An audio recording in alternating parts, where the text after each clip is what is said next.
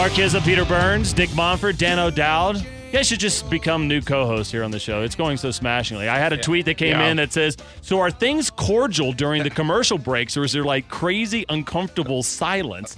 And I'll tell you what. It's not silent. We know that. I tell you, the conversations. I need a Band-Aid, though. It is fantastic because really there's been a chasm. I'll tell you this, in sitting and looking you straight in the eye, and we had this conversation a little bit, Dan, whenever we when I like to call it, I was called a little bit into the principal's office at 20th and Blake. When I first took the job at Mile High Sports, I made a call to the Rockies. We'll leave a name off the list, but I was asked, hey, I'm coming down for spring break on my own dime. Love to do some interviews, introduce myself. And I got asked the question, is Mark Kizla still your co-host? And I said, yeah, that's Kiz, man. 20 years, been out to the post. Guy's a legend. Absolutely. I like Kiz. And he goes, well, you're never going to get one of my guys on when Kizla's on there. And so where does that stem from? And sorry, Kiz, I'm just going to throw the open Dr. Phil. We all get on the couch here and talk about it. Dick, I'll ask you, first off, why would I ever get an answer like that? Not only from Kizla, but from a Major League Baseball club. I really don't know. I think that over the years, there has been, way back when we had two newspapers. And I think that back then, when I wasn't really involved, there was a thought process that one of the papers was getting a priority over the other paper. And so the other paper that wasn't in the good stead was writing bad things. I mean, I don't know where it all came from. But over the years, there's been a little animosity. And one of the reasons Dan and I are going out and talking to everybody is there shouldn't be. We don't want it to be there. We're not trying to create it. You guys are better off when we win a lot of games. We're better off when we win a lot of games. So that's what we want to do, is we want to win a lot of baseball games. We want to have a great team for many years, and we want to have the support of the community, and so that's why we're out and doing that. So why it happened, I'm not totally sure. Maybe Mark's got a better idea than I do. We should all get a cabin together. Yeah, maybe so. It'd have to be a big cabin. Big cabin. Maybe put me in like the woodshed out back, hammock or something. Mark and I'll bunk together.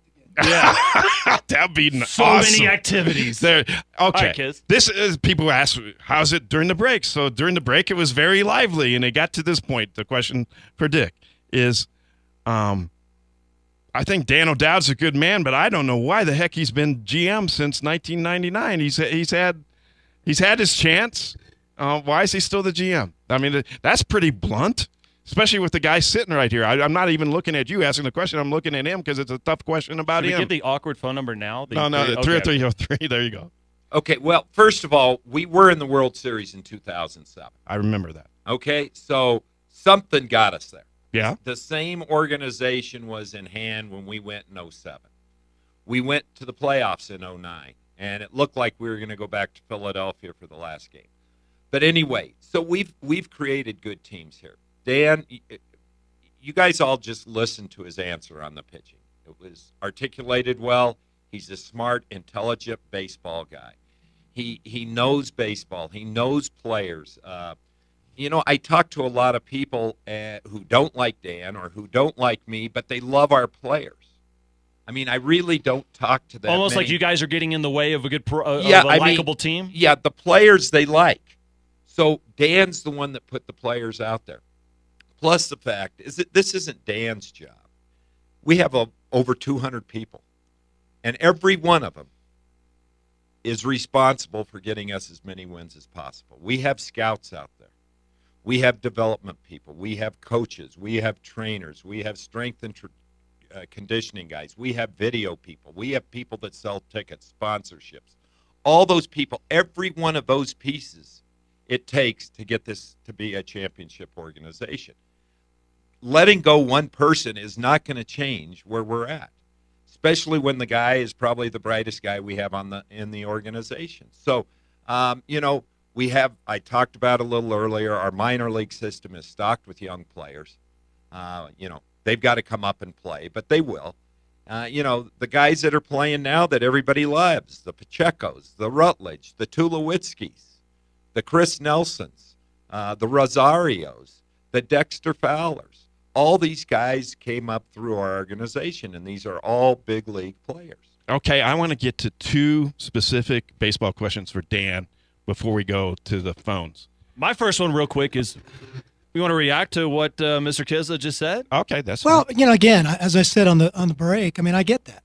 The last 2 years have not been good. I'm ultimately the one in charge of that.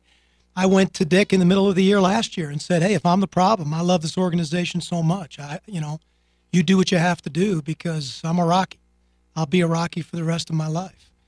But I believe in my ability. And so I know criticism comes part of it, but I'm a very confident person.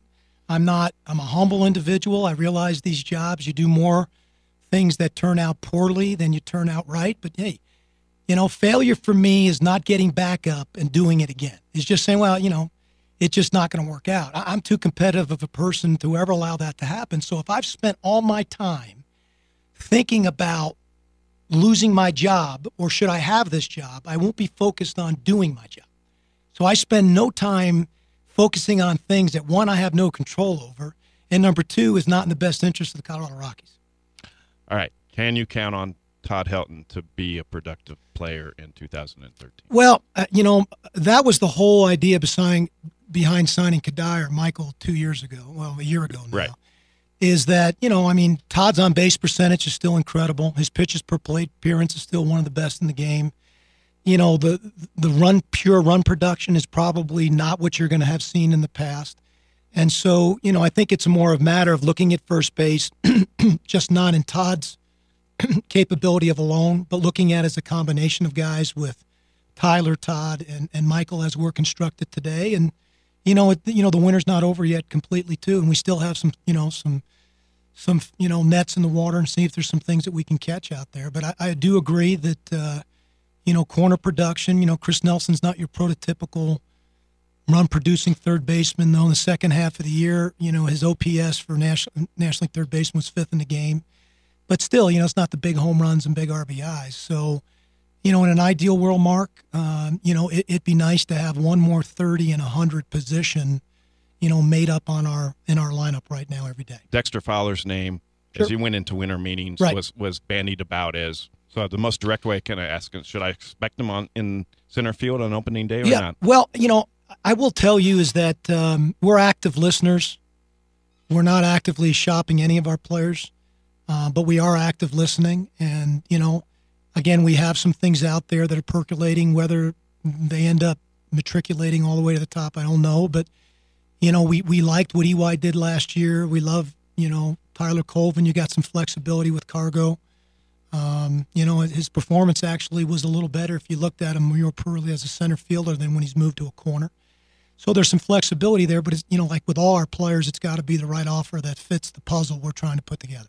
303-297-1510. We're going to take three real quick rapid-fire calls so if you guys can ask your question in a quick, succinct way, unlike we normally do here on the show. We appreciate it. Ethan, you're first up. It almost seems you're more interested in creating excitement for the casual fans and winning games. So my question is this: what measures beyond implementing the humidor have you considered or implemented to benefit our pitching and defense at Coors, given the unique challenges we face? You guys got some really smart guys. Did you guys plant all these guys? It's Purple out there? Row guys. Yeah, Purple Row guys. And, Yeah. and we hang out with a good crowd, as you can tell. We, what we're going to do this year is that we are going to study every ball, every flight of the ball that's hit. When we did this with Josh Burns, when Josh was here back in the early 2000s, we came to the conclusions that year. That was pre-humidor, that we did not think changing any of the dimensions would have resulted in a home field advantage for us. Because there wasn't going to be a wall high enough to really affect the flight of the ball. But you know what? You could be onto something. This year we're going to study it, and we're going to try to become a little bit more accurate. Because it's one thing to talk about things, and, in the Purple Row, people do a great job, but sometimes it's within a vacuum, with all due respect. And it doesn't factor in a lot of the other variables that might exist that, they're just not aware of because they're not living with it day in and day out. So I think what we're going to do is a little more measured look on whether that creates a competitive advantage for us or really that takes away and competitive advantage for us. The bottom line is we have to score more runs to win at home. We have to be more effective with our pitching. Our defense last year, which no one talks about, was literally horrendous. We consistently have to be at the top, near the top of the league in fielding percentage, and we got to turn double plays near the top of the league.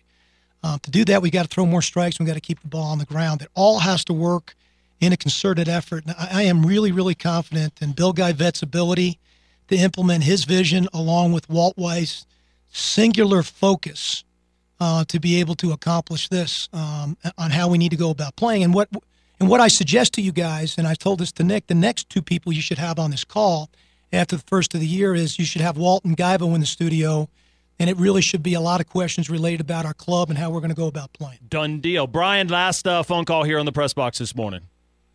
Hi, first of all, thanks to Dan and Dick for coming on and doing this. It's a good opportunity for us to talk with you guys about some stuff. I have a question for Mr. Monfort.